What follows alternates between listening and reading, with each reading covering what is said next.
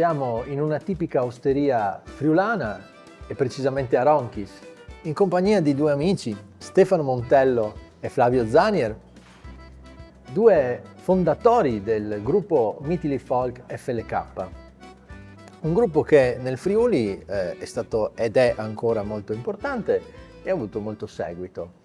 Partiamo da te, Stefano. Perché il nome Mitili Folk e quando nasce questo gruppo? Allora, nasce diciamo nei primi anni '80 da un gruppo di amici, sostanzialmente un gruppo di amici che ci conoscevamo dall'infanzia, con il desiderio di fare musica. In quel periodo andava molto di moda, insomma, la musica in qualche modo, le storie tese, fricantoni, la musica, se volete, demenziale. Noi ci siamo inseriti in qualche modo In quel filone. in quel filone lì, e la cosa ci ha molto divertito e dovevamo trovare un nome adeguato. Mitili ci sembrava abbastanza stupido, ma anche abbastanza, come si può dire, simpatico, esotico, no? Ed è stato ce l'abbiamo adottato andando a fare il liscio per molti anni. Poi abbiamo cominciato a fare musica nostra e siamo diventati Mitili FLK perché è caduta la O, per motivi che non sto a spiegare adesso, che sarebbe troppo lungo, prenderebbe una trasmissione intera. E poi siamo diventati FLK. Abbiamo tre nomi diversi, ma siamo sempre noi, siamo uni e trini, e quindi puoi chiamarci Mitili FLK o FLK, il risultato non cambia. Noi, però lo dico all'onore delle cronache della storia, noi fra noi ci chiamiamo Mitili, noi siamo i Mitili. Ma FLK per cosa sta, questo acronimo? Sì, è un acronimo che sta, quando era, penso il 92 quando è nato, c'era l'African National Congress di Mandela, e ci sembrava molto bello parlare del Furlan Liberation Congress. E anche questo è un po' nato come un gioco, però in realtà poi è diventato una cosa seria. Quando siamo usciti anche dal Friuli, effettivamente la rivendicazione della nostra identità, della nostra lingua, del nostro originale modo di pensare, comunque partiva dal perché avessimo adottato quel nome lì. Quindi chi ci chiamava, chi ci intervistava, allora ci faceva una domanda che sembra una domanda sciocca, però è importante: perché FLK? Perché sta per Furlan Liberation Congress. Era un modo molto, anche un po' sopra le righe se vuoi, però molto diretto, per dire noi siamo noi parliamo questa lingua, noi abbiamo adottato questa musica e abbiamo un nostro stile, una nostra originalità. Quindi avete dedicato la vostra produzione musicale in buona parte anche al friulano, alla riscoperta anche di poeti, anche di artisti del Friuli, e anche a cantare proprio in friulano. Certo. Anche se una parte della vostra produzione è anche in italiano. Però noi per questa ricerca siamo interessati a quello che diciamo della tradizione in qualche modo nella vostra musica c'è, quindi autentico delle nostre terre. Allora, una cosa che ti posso dire, poi ne parlerà anche più diffusamente Flavio, una cosa che ti posso dire è che noi ci siamo sentiti sempre in qualche modo musicalmente orfani, nel senso che prima di noi ci sono state tante cose, di cui un po' di tutte noi abbiamo assunto qualcosa.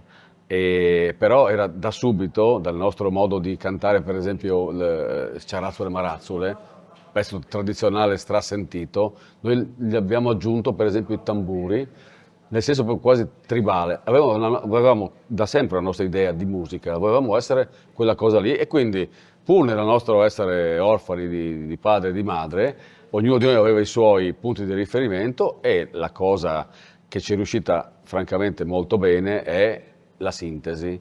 Cioè ognuno di noi si è adeguato all'essere gruppo, anzi meglio all'essere band, ha lasciato parte del suo background e ha portato altro e si è adattato a quello degli altri. Una delle cose che era da subito molto evidente è che per noi facevamo musica popolare, ma per esempio cominciando dalla nostra lingua, che il friulano è la nostra lingua madre, e poi passando per esempio per i tempi dispari della tradizione balcanica, che è una cosa che ci appartiene da sempre. Certo, ma d'altronde, come anche è l'incipit del progetto, il Friuli è un crocevia di gente, di popoli, no? Che attraversano, e sicuramente anche l'apporto dei Balcani a questa terra è notevole.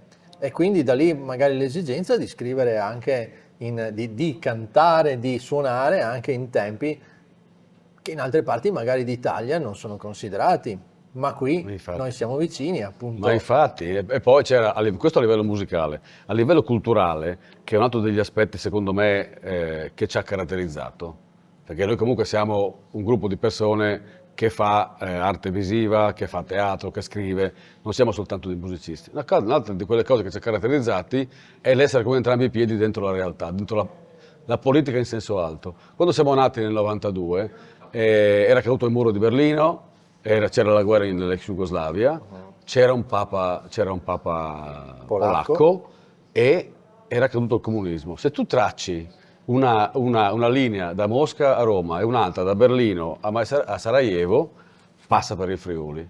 Sì, Noi ci sentivamo in quel momento il centro del mondo. certo. È stata una forza veramente dirompente. Noi, la nostra marginalità è stata superata, ma di slancio, dal fatto che il mondo si era aperto. E noi siamo entrati con entrambi i piedi in questa realtà e forse per la prima volta in assoluto in una regione come la nostra abbiamo deciso che la nostra musica fatta in friulano valeva tutte le altre musiche, che la nostra lingua valeva tutte le altre lingue. E questo il pubblico lo ha capito perfettamente.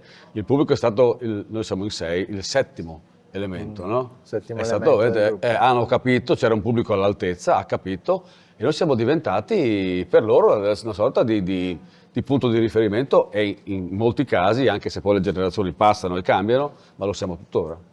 Beh, a questo punto Flavio, chiediamo qualcosa anche a te. Voi siete tutti qua di Ronchis.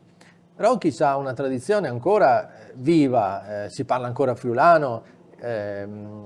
Questo come ha influenzato anche la vostra musica? È un tessuto nel quale insomma siete nati e che vi ha forse appunto così accompagnato a poi fare una musica che fosse rispettosa della tradizione ma anche innovativa.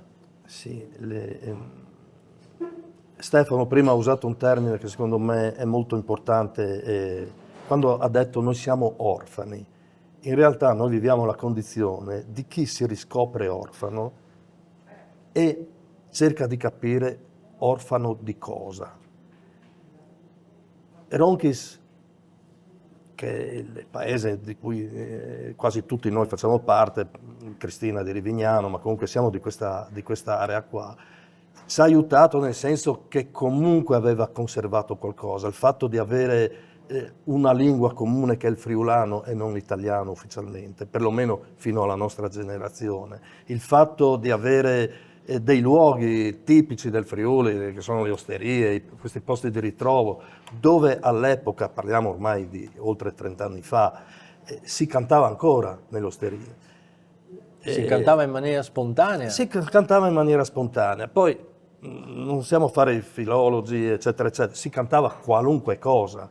Poteva essere il pezzo, la villotta, poteva essere la canzone di musica leggera che andava per la maggiore in quel momento, poteva essere anche musica leggera di epoche passate. In questo calderone di cose diverse, a un certo punto è nata la necessità di trovare una coscienza che caratterizzava il fatto di essere friulani e non veneti, ma non per discriminare il Veneto, semplicemente per capire ma chi cavolo siamo noi.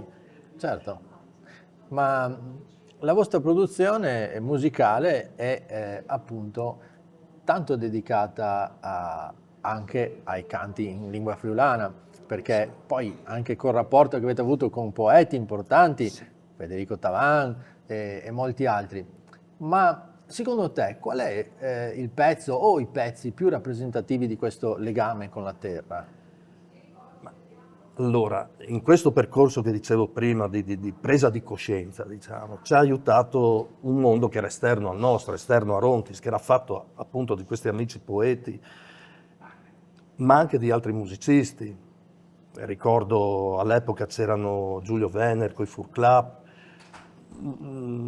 l'approcciarsi a tutto il mondo delle canzoniere di Dael, del Popolare Ensemble, comunque ci ha fatto conoscere aspetti di quella che poteva essere la musica, la tradizione friulana che noi non conoscevamo, onestamente.